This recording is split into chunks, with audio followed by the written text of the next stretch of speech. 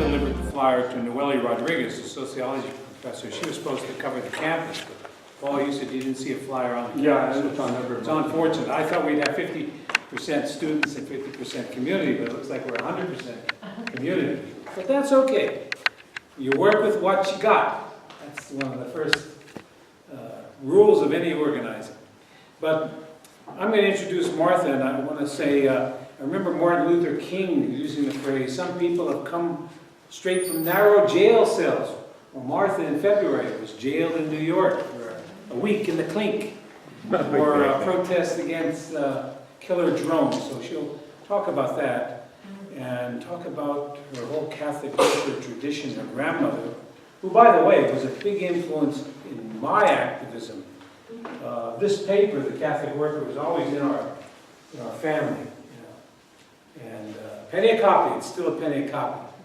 And it really gave a spiritual base for my whole nonviolent activism of 40-some years. And she'll talk about her grandmother who spent time in jail too for anti-war, very principled stance. So big influence on me. And before I started Maluina, I visited the Catholic Worker Farm in Tivoli, New York, just up on the Hudson up there. And it was as much of a rundown, decrepit commune as Maluina is. Yeah, it couldn't be.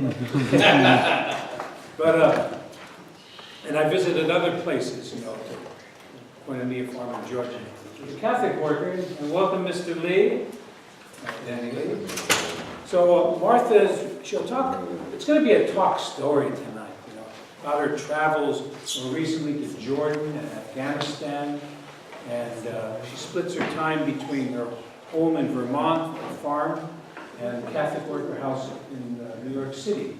And then traveling too and speaking and encouraging people to keep on, keeping on. So Martha visited our farm, so we were talking 7 years ago when she was here. She's an occupational therapist by profession, working with children with disabilities and with elderly.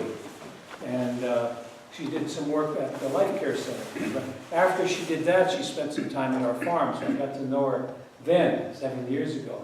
So it's great to have her back. She's going to be staying for a week or so. And Paul Norman has arranged a pretty gruesome schedule for Martha. It's Grueling, not gruesome.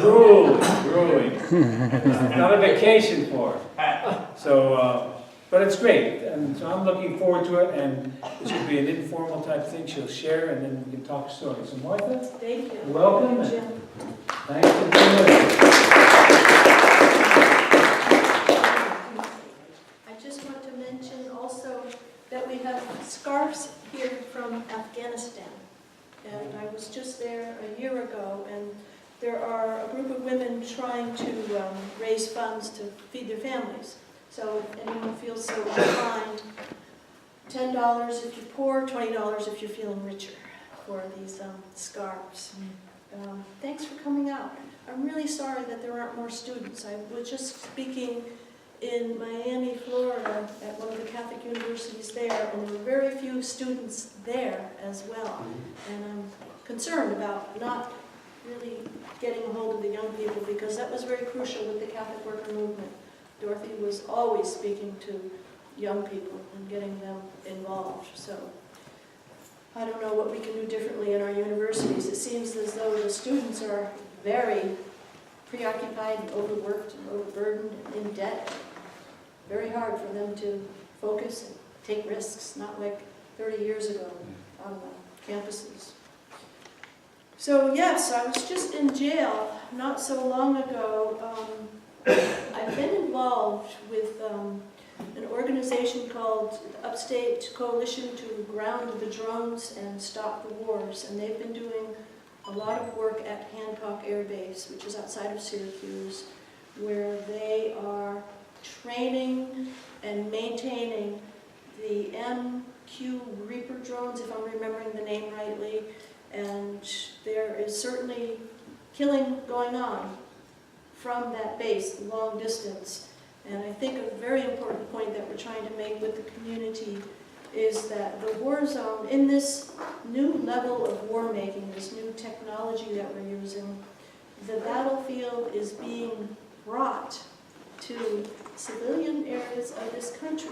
If you think in terms of the fighting that's being directed from New York State, that in and of itself could make for a target from the enemy. So we try to make that point in our protest in the use of drones. What we did particularly this time that got me in jail was an action in October 2012 where we brought an indictment to the colonel on the base, pointing out the question of the use of drones for killing in terms of international law, violating international laws, violating the Nuremberg principle. If you find that your government is practicing something that is quite questionable or illegal, you as a citizen, we as citizens, have an obligation to raise a voice and question what's being done. And this is certainly something that's finally coming into the media more and more. The use of drones. First of all, most citizens don't even know that the U.S. military is doing this long-distance computerized killing.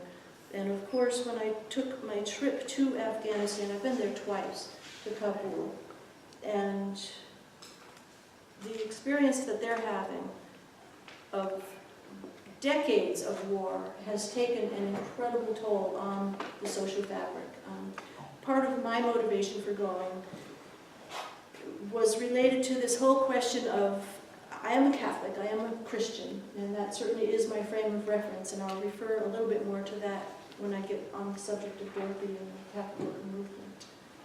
But my motivation for going to Afghanistan was to meet the so-called enemy, and Jesus has taught, love thy enemy. So I had to find out who the enemy was, and it was families suffering, incredible tragedy. I met one young man whose sister's husband was killed in a drone strike, and he was the father of a 2-year-old at that time, and he was a student, and he was simply sitting outside with 4 friends, and there was a drone strike that killed everyone.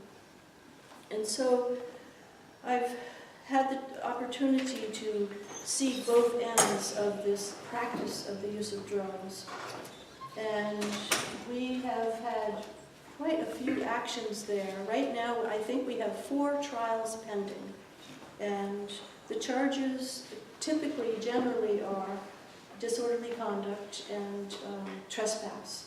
But we try to bring this indictment to the base and open a dialogue with the military, which is absolutely impossible, but it's a symbolic action. And with this past action that we were in prison for, we actually blockaded all 3 of the gates to the military base.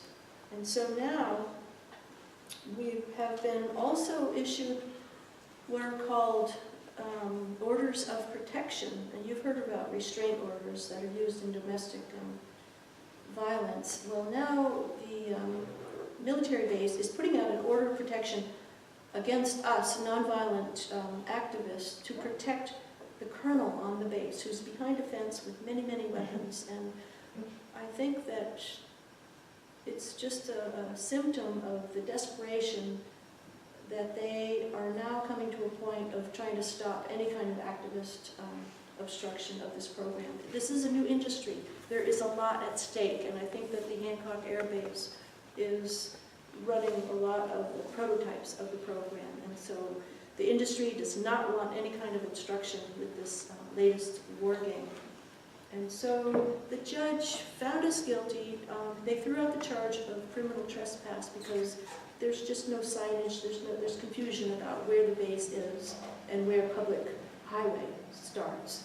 And there's also another case that has recently been heard in front of the Supreme Court about Vandenberg Air Force Base out in California, where the military is trying to say the public cannot have assembly on a public highway, that their territory extends to that. So there's a lot at stake here.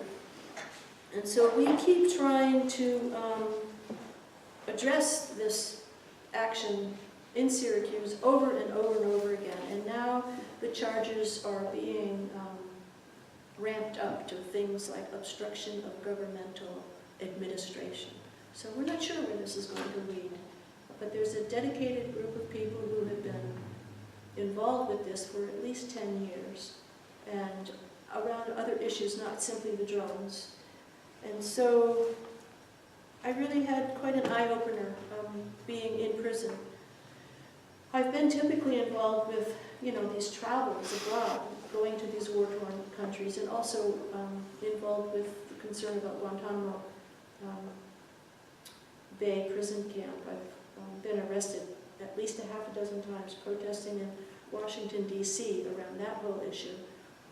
But my stay at the Syracuse, New York Onondaga Justice Center made me really think in terms of working more locally. And prison reform is something that is desperately needed. You have a question? My question is that I think the first executive order that Obama signed had to do with the closing of the Guantanamo Bay. Yes. Now, considering the fact that he's the commander-in-chief of the armed forces, can he order that place closed, or does he Yes. have? He can do it, Yes. and he didn't do it. No, he signed some kind of order, and Okay. that was when he first came into office. And we have been protesting in front of the White House ever since then, even prior to that. And these things just continue on, and they fester, and they get worse and worse. And we do have a situation where the prisoners are on hunger strike, and they're being forced fed. Didn't he say he was going to close it? Sorry? Didn't Barack Obama say? Yeah, he was said, gonna and Yes. she's saying that he can close it because he is commander of the armed forces, for God's close it? No, sake. he can't. He's not in charge. Okay, that's He's the another front guy. issue. That's another issue. And so these issues continue, and they continue to fester. And so, for me, the experience of being in jail, and again, I just want to mention that part of the Catholic worker legacy is to practice the works of mercy, based on Matthew 25, to feed the hungry, clothe the naked, visit the prisoner. And so part of what we do in the Catholic worker movement is visit the prisoners by actually going into prison with them, and that's really the best way that you can share from them. And what I saw at Onondaga's Justice Center, poor people, people of color and poor people, being arrested, being imprisoned, not being out released on bail because they can't afford to pay for that. And there were First Nations people there, Ojibwa, Comanche, Latino population, and so much of what they're experiencing and struggling with is oppression, neglect, family abuse, addiction superimposed on all of the trauma. And there are just so many other ways of addressing these issues other than imprisonment. And another phenomenon that's occurring is the privatization of prisons and the profiteering from prisons. And so I really had quite an experience in February understanding. I was in prison in 1979, and I had not gone in for being sentenced since then. I have been in and out, held overnight, and had a taste of what it's looking like in Washington, D.C. And again, we were pretty much the only white people coming through there, and we did not stay long. So I certainly went through that system with a sense of privilege that, we're limited in how long we're held. There were women there who had not yet been sentenced, who had been there for 2 months. And so it's very clear to see how our justice system works or doesn't work. And so now I'm kind of recalculating what I've been doing in terms of activism, thinking more local. Here I am 4,000 miles away from home, coming here to speak to you all.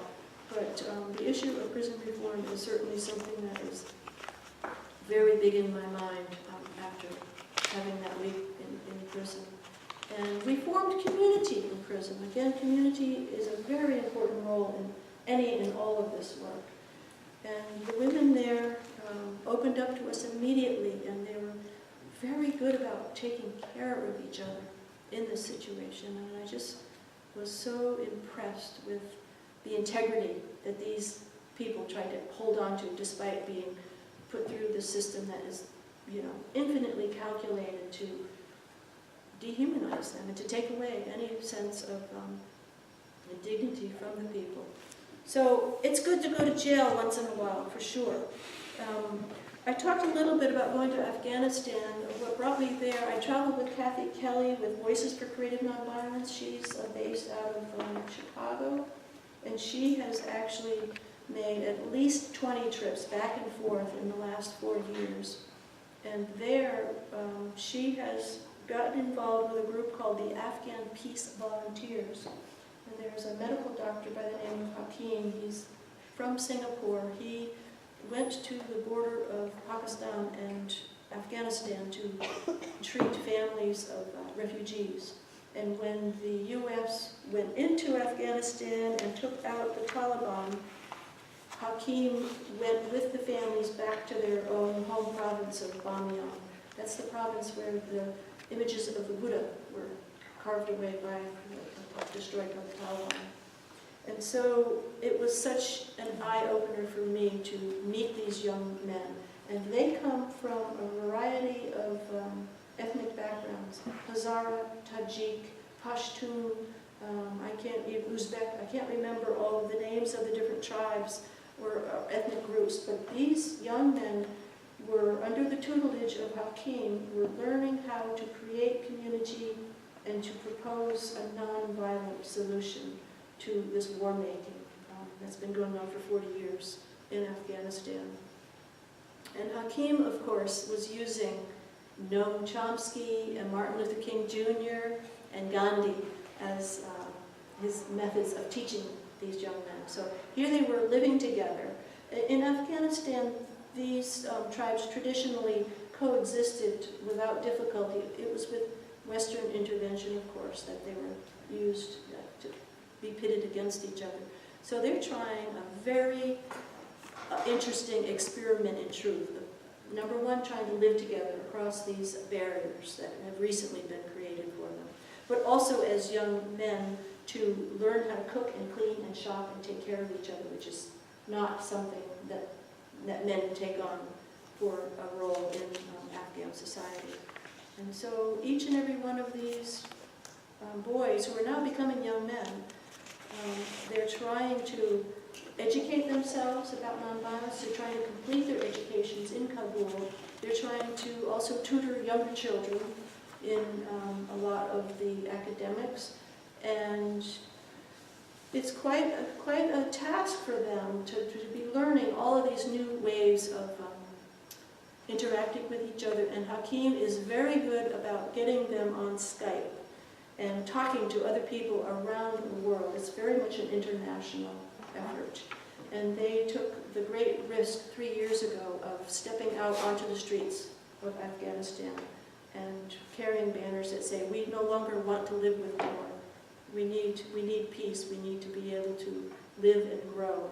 And it was a very precarious situation. It wasn't clear how the police would respond.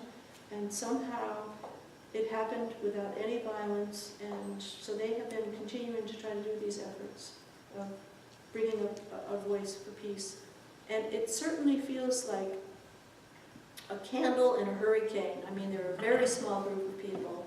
They're very much at risk. Hakim himself has to be very careful coming and going. On one of my trips, we met Greg Mortensen in the airport, a man who wrote the book about building schools in Afghanistan.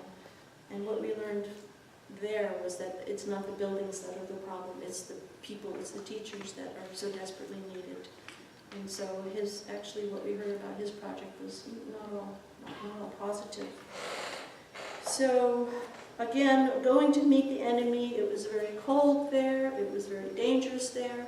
The suffering is intense. Each and every one of these young men have lost a family member, witnessed their fathers being murdered in front of them by Taliban, drone strikes, U.S. military campaigns. A lot of them have been driven out of the countryside.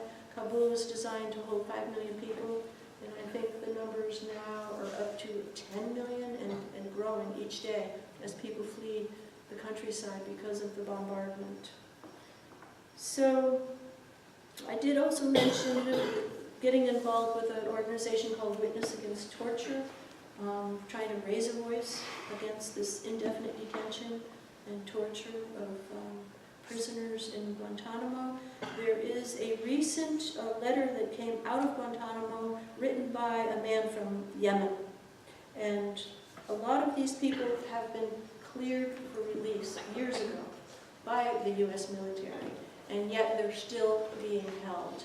And so this man just sent out a letter describing his experience with being force-fed and the torture of that. And they have doctors engaging in this mistreatment of prisoners. So this is certainly an issue. Just this very weekend, the organization Witness Against Torture is meeting in Baltimore and trying to figure out what step to take next. I mean, as citizens, we're told to bring our grievances to the government. And we have brought our grievances to the White House, to the Supreme Court, to the U.S. District Court, to the Department of Justice. And I'm sure there are other sites where we have demonstrated and been arrested. And we've also been on trial, and again, bringing habeas corpus petitions into the U.S. courts with the literal names of the prisoners to be heard for the first time in a court of law. And essentially, we have really not gotten anywhere in terms of closing of Guantanamo. But again, I think in this work, we don't look for results. I mean, I'm sorry to say this, but the peace movement in the U.S. has achieved nothing in terms of these continuous wars, and we are now into pretty much a permanent war economy. And so, as with the Catholic worker work, again, if we look at the results or the so-called successes, we would meet with a lot of discouragement. But again, for me personally, it's that witness, it's the continuing of the effort of it, the continuing of the raising of the voice, and not just simply falling into silence when these atrocities are happening. So we keep at it. We're not sure what the future of Witness Against Torture will hold. In the last 2 years that we've been in D.C., there have not been arrests. Somehow they have figured out the game of avoiding arresting us at any cost in order to avoid any kind of publicity of the issue. So I think I should talk a little bit about this handout that you have of these, a diagram of 4 circles.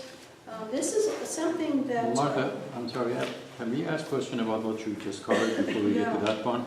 Sure. First of all, I think I'm from Iran originally. Yeah, can everyone hear? I'm from Iran originally, I'm Ibrahim Sadeh, and we are in such a position of influence in the world that we can set examples by the way we act. The U.S. U.S. Yes. Unfortunately, when you go to different countries under the name of Central Intelligence Agency, never mind that Iran was the first government we overthrew in 1953, Mossadegh.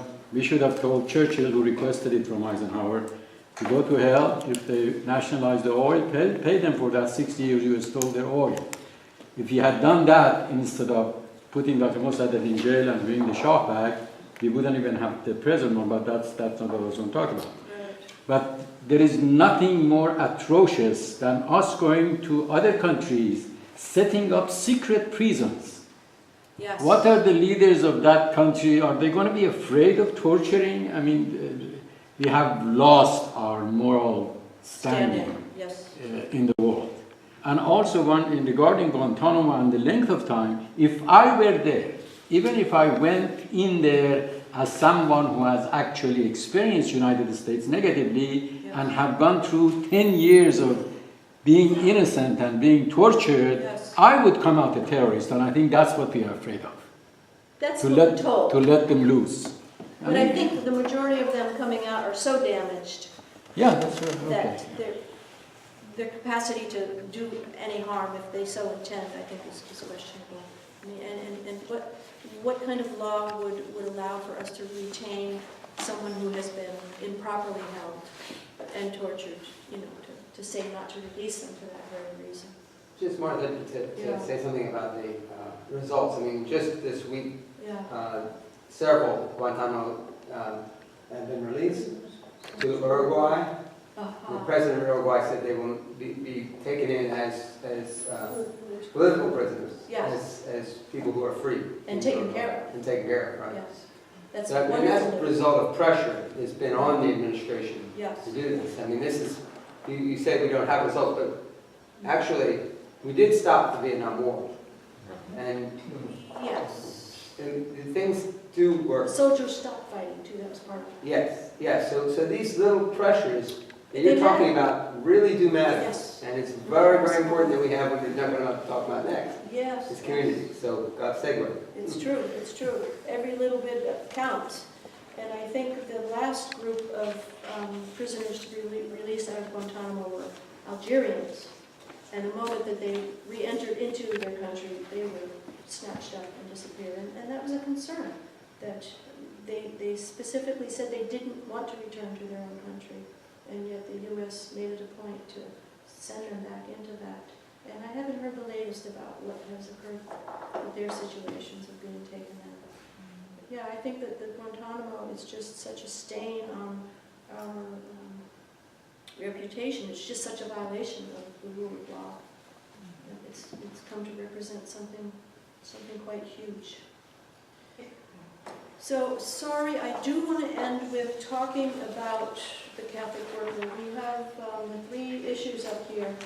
The January-February issue, I have an article in it about the Baltimore Bishops' Conference and the complicity of U.S. Catholic bishops in the U.S. military.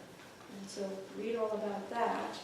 And then we have the latest issue, March, April, that does have an article about Hancock Air Base in it, written by Mark Koval, one of our activists who has been involved in a lot of the arrests there. We were given the order of protection for the next 2 years, and Mark Koval just refused to sign it and just tore it in half and dropped it on the floor in front of the judge with our latest trial. So there are things happening that we'll see. And then, of course, we have the 80th anniversary issue. The Catholic worker is 80 years old, and was last year. And this issue takes articles from each decade of the Catholic worker movement. So you can have a sense and a flavor of what all the issues were back then. And the more things change, they don't change. I mean, very, very similar issues of racism, militarism, materialism. But this little model that we have here, I would just start in the center. And of course, you know, we have Dorothy Day and we have the Catholic Church. And Dorothy spent 50 years in opposition to empire in the world. And she didn't do this without some kind of sustenance. And she was a very devout Catholic. And so, of course, we have to have our base that sustains us through this work. And whatever the spirituality is, for me it's Catholicism, my frame of reference. But I love the way that the Professor Joseph Torma has laid this out, that it's all interdependent.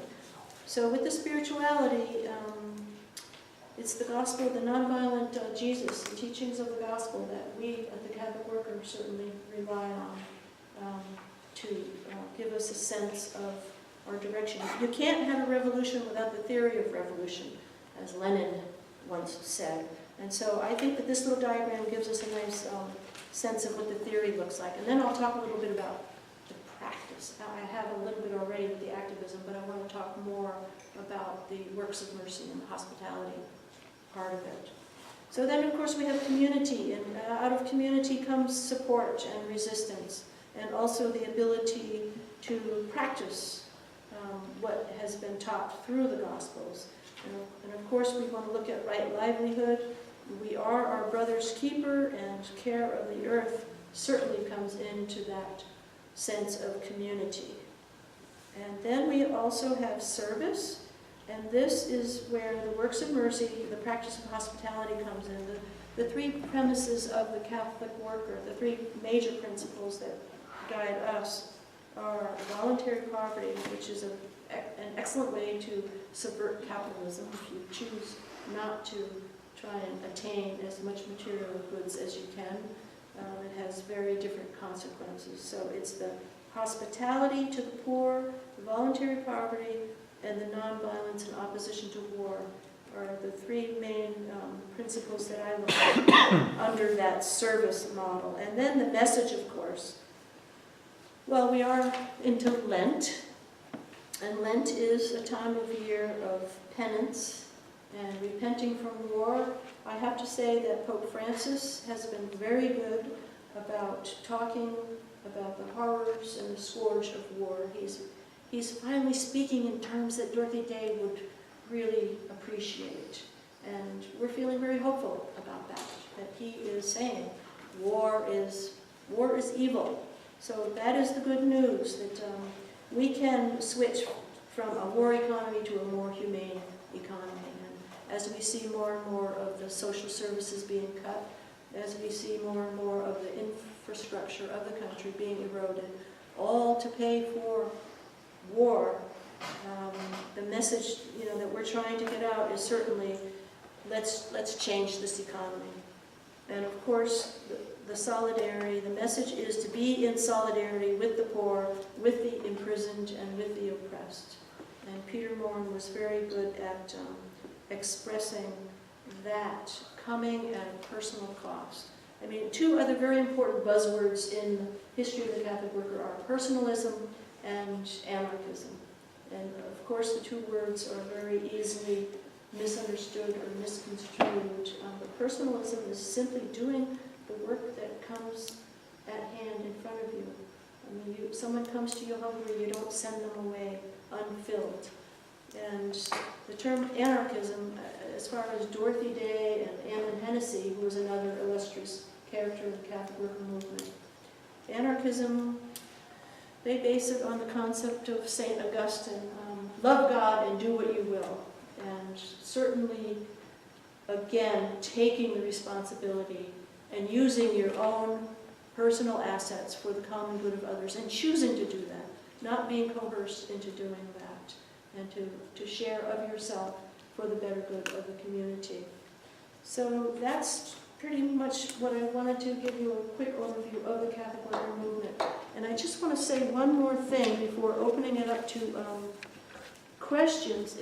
We have a friend in the Mary House Catholic worker that has been traveling to Iraq and Syria and Amman, Jordan pretty consistently. She was actually in Baghdad during shock and awe, and she has been trying to keep track of refugees out of that war. And she was recently there in Amman, Jordan. She could not go into Baghdad. It was altogether too dangerous. She went to Najaf and Karbala, I think was the other city, to visit friends and to bring money to support them. And she interviewed one person in Amman, Jordan, and the man pointed to a teacup and he said to her, "See that cup? Where there were 3 people drinking from it, now there are 5. What can we do? They are our brothers and our sisters."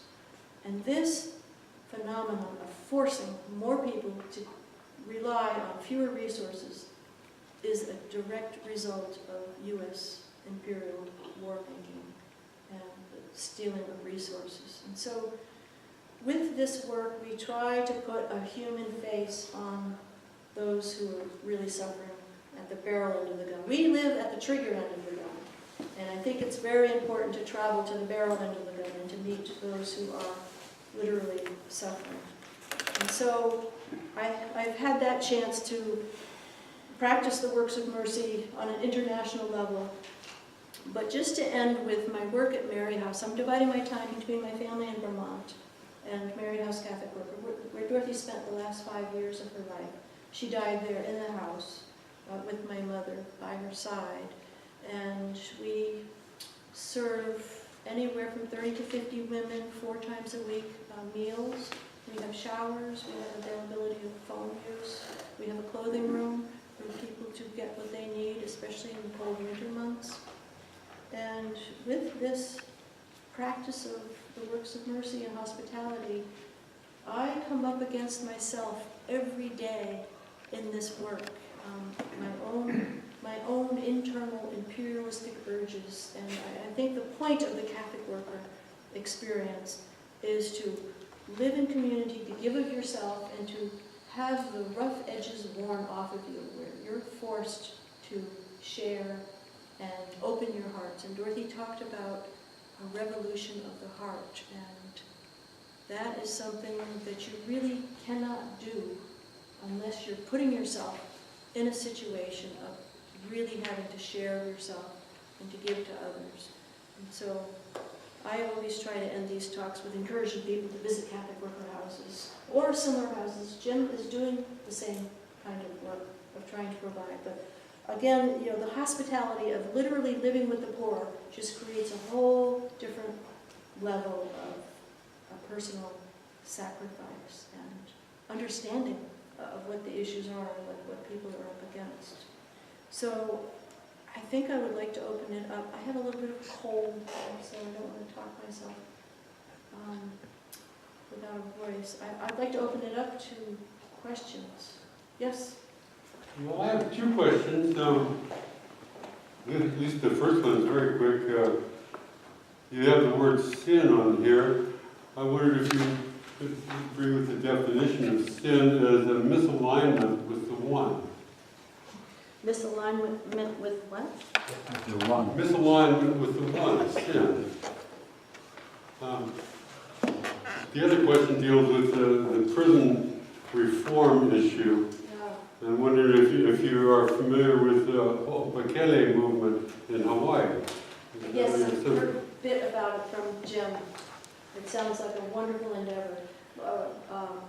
Restoration, rather, retribution for prisoners. And it sounds like you have a space that could be dedicated to that project, but it hasn't quite moved forward here in Gila. Okay, Jim may be more up to date on Yeah. mine. I was involved in it several years ago. Yeah, but the question of sin. One of the U.S. bishops has recently written about that in America Magazine, one of the Catholic publications. And he talks about intrinsic evil, structural sin. And so we have a situation where we as individuals may not or cannot be held accountable to the structures of oppression and thievery. I mean, the economic system is so designed that there are always winners and losers. So it's very important to keep this idea of sin in mind on a larger scale. And the Catholic social Catholic social thought and teachings try to address that whole issue of intrinsic evil, of structural sin.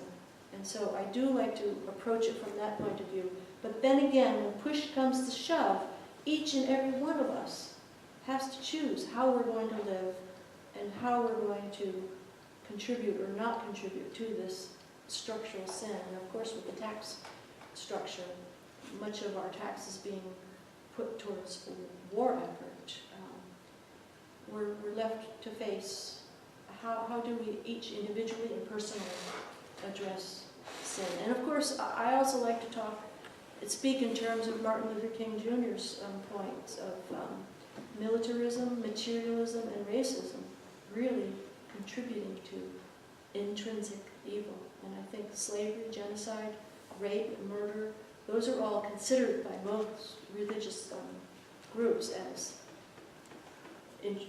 the most grievous sins. It sounds like you're just using a lot of words to say the same thing I said, with Yeah. misalignment with the one. I missed the point of alignment with one. I'm not sure what you're saying. The one is the whole ball of wax, Yeah. the thing that everything is. The thing that a lot of people refer to as God. But God is kind of a charged word. Right. I don't know how.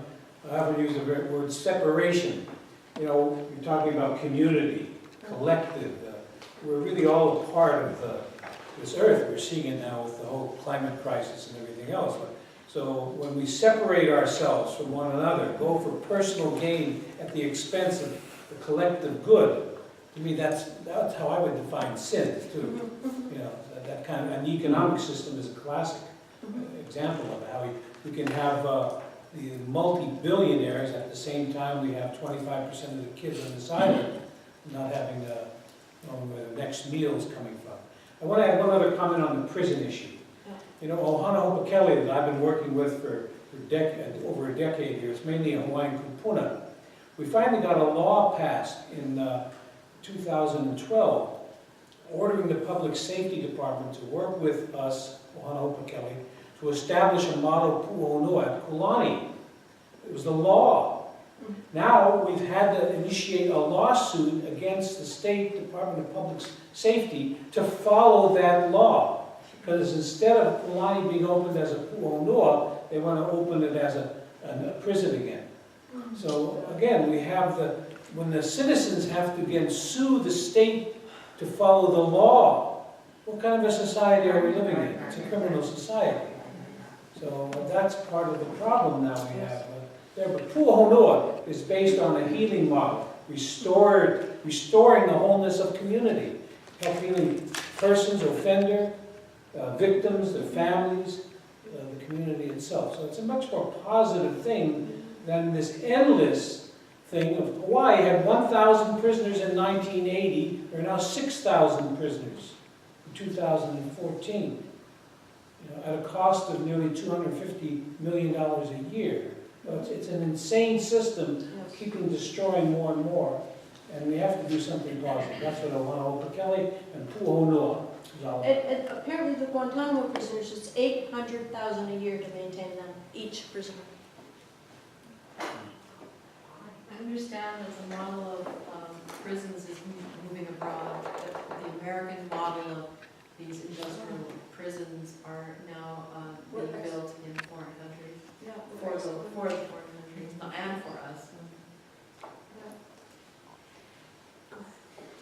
Yeah, there's a good documentary on this subject called "The Home I Live In," and it gives a great history of it throughout the United States.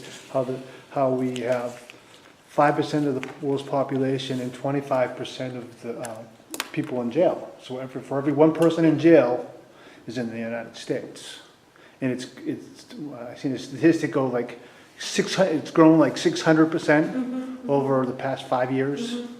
It's just this huge explosion, and it's all this, and it's a great starts back with Nixon and goes all the way to the present day. The house I live in. I've heard that title. I would like you to talk a little bit more about how you engender hope. How I what? How you engender hope. How you personally. How do you do that? And why do you do that? How and why? Because that's my dilemma. Well, I returned to the Catholic Church. Why? Of all places, why? Well, it was my heritage. I mean, it was what I was born into, first of all, and I was out of the church in my 20s and 30s and 40s. And I understood Dorothy's aspects of social justice. I was very uncomfortable with her religiosity and piety. And I don't know how to explain this. In 2004, the images of Abu Ghraib came out, where the prisoners were being tortured, and for myself, being trained as an occupational therapist, just looking at those images, I understood what was being done to totally destroy the central nervous systems of these people. The opposite of what I was trained to do as a healthcare provider. And it was a combination of Abu Ghraib in April of 2004, the destruction of Fallujah with outlawed weapons, white phosphorus, depleted uranium. That occurred in November of 2004 on Dorothy's birthday, November 8th. I can't explain to you what galvanized me, but this returning to God played a major role in my being able to integrate a political life and a spiritual life. And I gain hope from the other people that I live with in community. We catch courage from each other. And I'm totally relearning how to understand the New Testament and what's being said and what's being asked of us. And I see a lot of hope. I'm very, very hopeful. And of course the Catholic Church has horrible flaws, as Dorothy talked about. Her own conversion and her own baptism was not a happy, joyful event. She saw the corruption. And yet again, do we want to have the whole story taken away from us and disregard what's trying to be taught through our Christian faith? Or do we want to retain the true church? And the true church is what occurred the first 300 years, where Christians were being persecuted and killed off. And I don't know, I have hope. I have a lot of hope. Yes? First of all, I want to, mention something. I was at the city council complaining about the police department here. We don't have to go on the other side of the world to realize there is great injustice in our own communities and our own society. When the Pledge of Allegiance ended, I said, for all those who are wealthy, influential, and can afford a lawyer. And I mean that. I myself, I started what I've called the Universal Church of the Lord Almighty. This was in 1993. Since then, I've been, I guess, profiled, if you wish. Here, Hilo has been by far the worst. I carried this. This is one of the several signs I carried around. The Universal Church of the Lord Almighty, the unifying theory of all faith. God is justice. There is a double standard of justice in Hilo and beyond, as the police officers knowingly and deliberately, these are all based on personal experience, falsify police reports with the approval of their supervisors. And then the result of that, I say the Chief of Justice should be fired, the Chief of Police should be fired. And I said, in addition, our public defenders act as prosecutors, our public prosecutors act as persecutors, and judges act as executioners. I have a suggestion for His Holiness, and that is that our fundamental difference with the rest of the creatures in this world is the degree and the quality of the freedom of choice that we have. That is a manifestation of God's omnipotence that we are blessed with. Nobody, Ayatollah, Pope, or anybody else, does not have the right to take that away from us. I wrote a letter to John Paul, and I said, please consider yourself the supreme advisor. That this is, in my opinion, you should not have abortion. But if you talk to your doctors, if you talk to your family, if you check your circumstances of your life, and that child will not have the opportunity to reach its fullest potential, then leave it to them to decide. So there's a fundamental flaw in Catholic Church's hierarchy of obedience. And also, there's a fundamental flaw in Buddhism, although a quote from Buddha to me has been the greatest, is that we are not supposed to be suffering. All the other creatures in their environment, they're in paradise if we have not interfered with it. We need to make this planet a paradise. That should be for us. And the point is, how do we use this freedom of choice that we would not violate each other's rights? Correct. She can stop me, not you. When you were saying, when you mentioned about how challenging the situation was, what I also got was we need to be vigilant. It's like there's different things historically that many of us have worked on, and it feels a lot of times like we're taking 10 steps back. So I really did get that message to be vigilant, and it is a challenge. Yes. So thank you for that. The other thing is, I applaud you in following your path, and I also sense from you that you recognize that different people find inspiration in different ways. Like I had a devout Catholic aunt who was one of the most unconditionally loving people I've ever met. However, I'm not Catholic, and I find self-actualization through Buddhism, taking communication courses, doing what I can to self-actualize in this life through service and giving to community. So, I'm just recognizing there's room for us all, and I know you know that because of the things that you say. So that's just some comments on that. The other thing is, have you had the opportunity to work with Alternatives to Violence Project Workshop? I did some prison work in Scotland and want to, when I go to the mainland, and hopefully eventually here, if they ever bring the prisoners back. But are you familiar with that work? And Yes, and I've met people who are working in that vein, and, you know, we have to support each other in all our different ways of making for a better world. right, that's a Quaker-based program. And then the last thing, and thank you for your patience with me, Oh, thanks. and is when I think of sin, I think of missing the mark. And to repent means to change directions. Oh, that's interesting. Thank you. Sorry, somebody might. When I get needing more hope, I sometimes wish that there was more activity from some of the other organized religions. And I see that in some of those other religions are groups of people who are doing something in particular. Maybe they're the Methodists, maybe they're the Catholics, whoever, and that there's actually much more interplay than I realized, but there isn't enough interplay, but there is more, so that gives me a little bit of hope, but I'd like to know how to address other religious groups, other churches, and try to ask them, well, you know, this is really a concern, why is there not more activity? Why is there not more talk about it? Or how can I help the talk that you have to be heard louder? Because, I mean, I think there are a lot of good people doing good things in churches, but they don't necessarily all organize. So my question, I guess, is there an approach to getting them to be more working together and about peace? And how many groups do you think, like for instance, the Catholic Worker, how big do you think the organization is, like say, either in America or in the world? I'm asking you to give me a hopeful number, so I, you know. There are about 200 communities worldwide. It's small, it's tiny. We're not all Catholics and we're not all workers. That's the running joke of the place.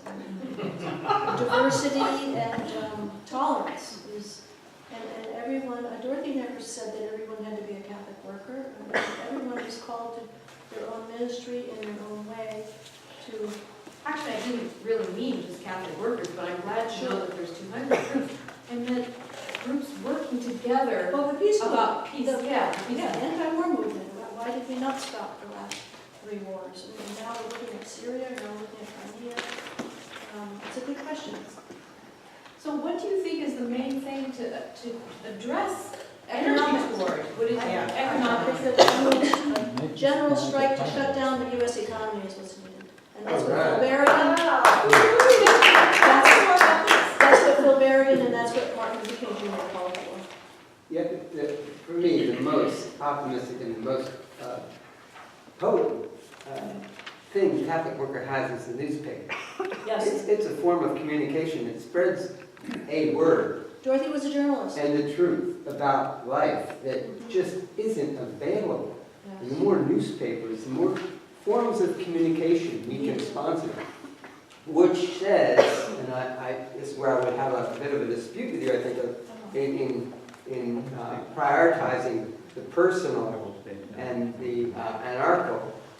To get a newspaper, I was a pressman for 20 years. You got to be organized. Yes. You got to have a certain amount of people doing a certain this. Writing for the paper. Absolutely right. To run the press. Yes. I mean, to put the ink on the paper and then to get it out to people. I mean, here we got a little newspaper here. The biggest problem we have is distribution. But you do it. I mean, the Catholic Worker does it, and it's a wonderful study. It's a great example. And this is the way you connect other groups. You get organs that speak your pieces. The one thing about the Occupy movement, I wish, I had more sense in me to try and push for that kind of thing. I still should. We need more ways of telling the truth because the other side is very organized. Our media is completely tied up in... They're organized, and they're organized around their issue. Right. And it's economics, you're right. But to have a general strike, we need more of these. Can you describe what you see as a general strike? Is there a beginning? Is there No, I can't answer that. I don't know enough about economics, I don't know enough about organization. It's about stopping consuming, I suppose. The church It's has not just stopped stopping. shopping. There's somebody. Yes. I don't know that it would work, but the Congress is the one who funds the war. They can defund it tomorrow if they wanted to. That's where you go to write your Congress people, get everyone, send an email to one person, send an email to one person. Go to Congress, they fund the war. You want to shut the war down, that's where you go. No, but the one who started the war support them. Well, if they don't have money, if they run out of money, You shut Lockheed down with the workers going on strike, that's the way you do it. You're not gonna do it unless the guys who are making Congress it. funds the war. You're never going to convince politicians. No, but the warmongers are the one who put them in Congress. Congress Yes. funds the war. Doesn't In matter. You can't American convince the industry, government. international industry fund our Only workers for politicians. this Well, close to but if we strike. give pressure, Yes, we Jim. just saw, if we, every little bit of pressure You helps. know, Yeah, oh, can I say I something on that? But gotta get organized and gotta You get, know, one of the little-known facts about Martin Luther King, that he was assassinated when he was mobilizing around the country for going back to Washington. You know, he was there in '63 and gave the I Have a Dream speech. Everybody applauded when he went home. But he was mobilizing to go to Washington, to shut Washington down on the issues of war, on economic injustice, right, and racism.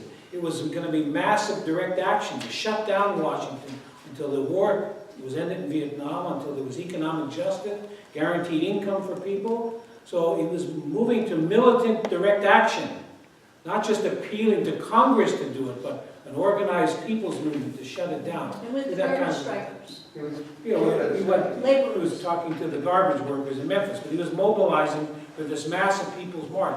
And I think, see, if he had just stayed to narrow issues of integration, the system would absorb him like a rubber band. But when he came out against the war so strongly, and then the economic system, that's when the powers that be said, he's got to go. He's too dangerous. So I think we can key into that, challenging the imperial war system and the whole economic structure of the society are key. And then also the issues of racism that has to be dealt with, you know. So those to me are guidelines. I want to make one other comment on this little chart here. You know, in a broad sense, I look at spirituality as in the center, and that's got to be defined in a broad way. I work with a lot of Native Hawaiians where it's earth-centered spirituality. And of course, we need that on a global level. We're in a crisis of polluting the earth beyond sustainability and creating a climate crisis beyond sustainability. So we need all kinds of spiritualities in a very broad sense, wherever people can draw from. Very important. And that ties into communities. We're living in a society which is so individually oriented, fragmented, isolated. We need to build community. That's a crucial part of it. And then the service or message. You know, I think having the strong critique of an anti-imperial message, of a strong economic standpoint, general strike, boy, those are the kind of messages we need to put out there. And service is just being part of each other. That it shouldn't even be considered when somebody needs. You look at our society today, with homelessness today, with the amount of people hungry and all. We've got to do more to share with one another. Those are very basic messages. So those are the guidelines for our lives, I think. Spirituality has to be at the center to sustain us. I mean, I'm not trying to preach by any means, but I just see it in my own life. That has been a sustaining power for 40-some years of my activism. I'm not a preacher type of person, but that's been important to me. I just finished reading a very important book and discussing it in a small group called Jesus and Empire by Horsley, isn't it the name? Richard Horsley? Richard Horsley, yeah. Excellent book. But those are the kind of little things to sustain us. We need that kind of stuff. We're a small group here, but this is important, you know, to search our own selves and where we go on this. But I like this model here. Again, I'm a little more reserved from the Catholic workers, a little too churchy for me in the orientation. I kind of have to step back from it. But the essence of spirituality, I think, is crucial for a movement, for our institute. Big Dan, Well, actually, I was, comment. comment more. I think the system it's so well set up that, all the formality is there. When you say, the commander-in-chief can close Guantanamo, yes, formally. Congress can defund the war formally, it's true. So that fools people. And we have elections, so people think that, but all of these things really do not matter because it's all the people behind the scenes that pull the string, that the money talks, the economy talks. Obama or whoever, Hillary next time or whoever, gets sat down before they even enter the White House and they say, look, these are the people you appoint to these advisors, okay? And these are the policies you're going to, if you don't agree to it, you're gone. I mean, in no time, that's how it works. So, but in order to Obama should go. Obama should say, okay, I need that place, I signed that thing, you want it, have somebody else as he'll be gotten rid of before long if he actually tried to. The most honorable thing he can do is resign. Right, that would be the most honorable. That'd be He's too ambitious for huge, that. But it is the economic system, unless that changes. constitutional crisis. And you're right, it's really in a way interesting, but also shockingly that, this is also a global hope event, but literally, I don't think we see any young students. You came late. It was mentioned that not a poster's been put up. I did, I actually put up one on the. I gave them to Noelle a month ago. It hasn't been But posted. anyway, that's really. Keep up the hope. How do we, I mean, we're not into like new agey things, but somehow, I don't know how to, get them into really looking at, understanding that the whole U.S. society is an empire. We had to dismantle the empire. Until that happens, I think. Or not participate in the empire, which is difficult to do. But we're obligated to keep hope. Can you mention a few ways that you choose to not participate in empire that maybe we could do? I mean, you probably shop at secondhand stores or shop at farmers markets. I mean, those are kind of things that come to mind, but is there anything else that By the way, I can do? Well, the Iranian Revolution succeeded against a very powerful Shah because the people stopped working. The people just didn't go to work. Right.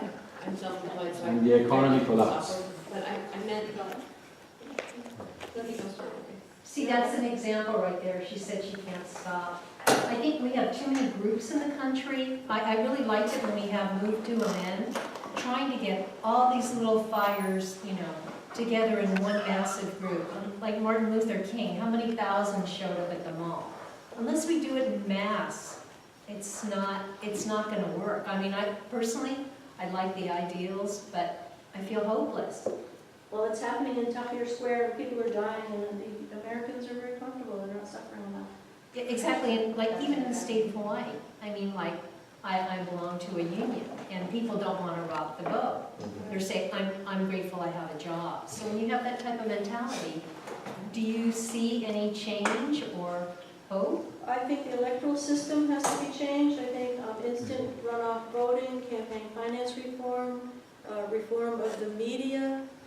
I mean, those are all structural things. And yet again, we're still left with the revolution of the heart. Are we all one of one body?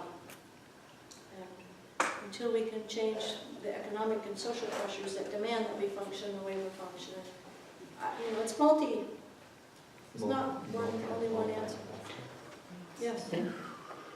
Well, I think really at the heart of this whole thing is the corporation. Yes. We're in a fascist state. Yeah, the fascist, it's the merging, it's the privatization of what should be public. Yes.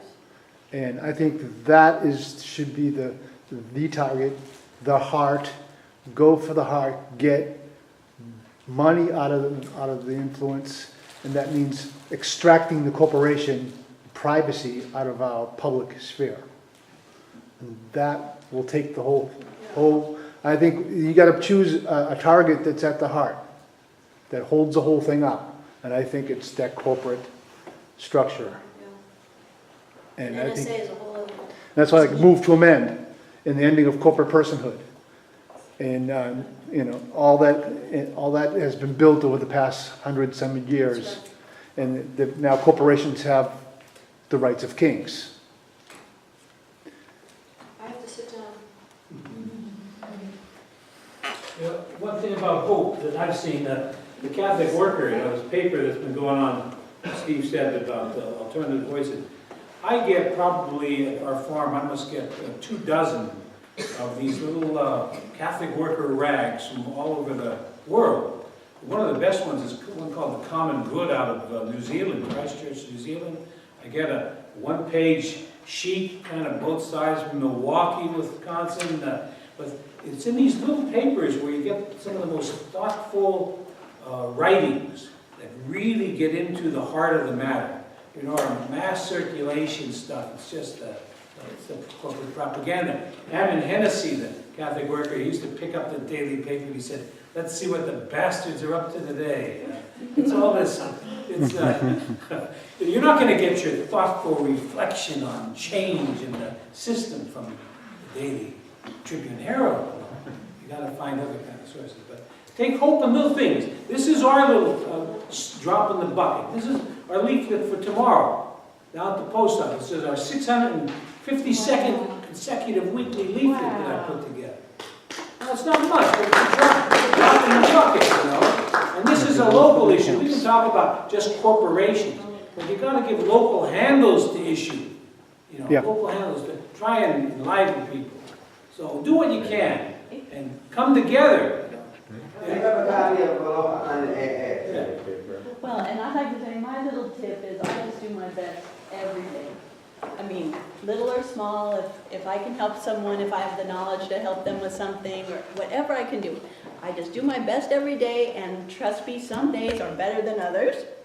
And then I would like to share a little bit of hope. I can't give you all the information, but I've been doing consulting on a national basis, and we have been addressing every issue you could possibly think of, and we have solutions, and I can't tell you anything more than that. So I just want to give you some hope that the Calvary's on the way. You'll know when it happens.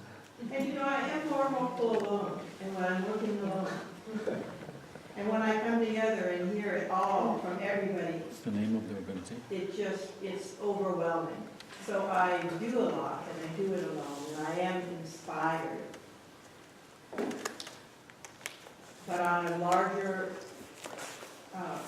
I don't see it on, I mean, I see it so much more than I did before, from a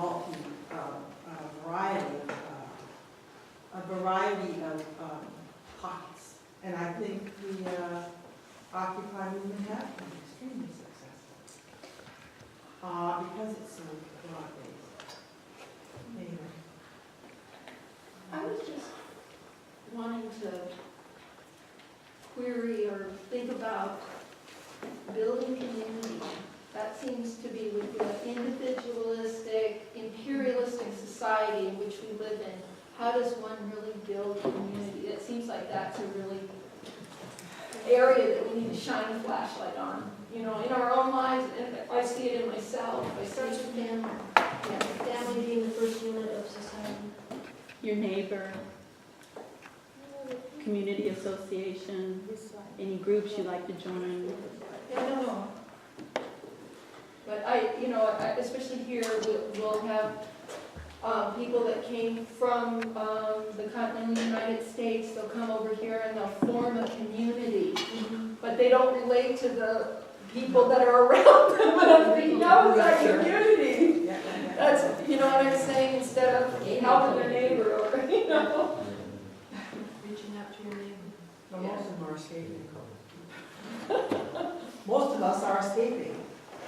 I so agree with everything I've heard here. And I know that we're all just kind of preaching to the choir, because we're on the same page, pretty much. But one thing I'm seeing with government, especially big government, the national, you got the Congress and the President and the Supreme Court, and I think they're all puppets. We just have a puppet government. What's the word I want anyway? Puppet of word, they're just being played. We're just being played. And we go along with all this stuff. We try to believe in it, And they keep us charged on these issues like gay rights or legalized marijuana. It seems that doesn't really matter to what they're doing. But an issue like war, well, Obama said he was going to shut down all these wars and get us out of them. He hasn't done anything like that. And all these presidencies and whatnot, they just seem to keep perpetuating the same old. Even though they talk about, Democrat, Republican, and all this, they're at each other's throats apparently, but no, they're not. They're all on the same agenda when it gets down to the basics. And I even see it locally, like my friend here, she's talking about building community, but I see our local government coming down on what we've been trying to do in Hawaiian Acres. This movement of building community, and local government has just kind of gotten our way. It's not the government, it's Susan Tita. Huh? It's Susan Tita. Yeah. It's not the commission. This is true, and with local government you can work a lot more than you can with the state level. And with the state level you can work a lot more than on the national level. But the whole government thing is hard to work with because of the corporation and the banksters' control of it. I don't know, it's complicated. I'll throw it to somebody else. Go ahead. What do you think about the current plan to make Dorothy Day a saint? There's a proposal for that. Yeah, she's asking the question about canonization, Dorothy. There's a cardinal who wants to make her grandmother a saint because of the wonderful work she did, and I just asked her what she thought. We're all called to be saints, we're all called to do the work. It costs a lot of money to make a saint. She had all kinds of questions about it. But she is a saint. Okay, that's a nice answer. The bottom line is, how to live our life and how to treat each other. Night, Jack and Marty. Thank you.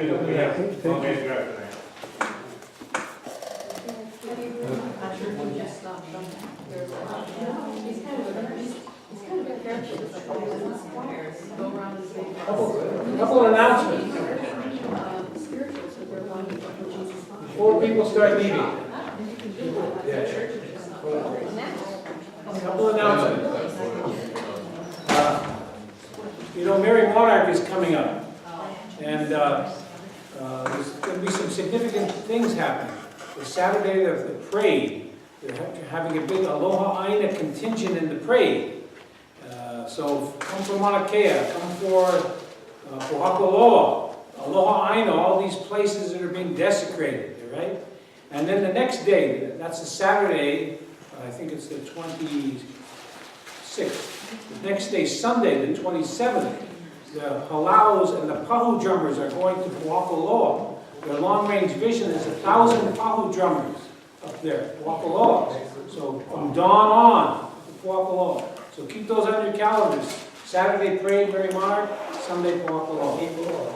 Yeah, April. It's the week after Easter. It's April 26th and 7th, I think, are the dates. Saturday and Sunday.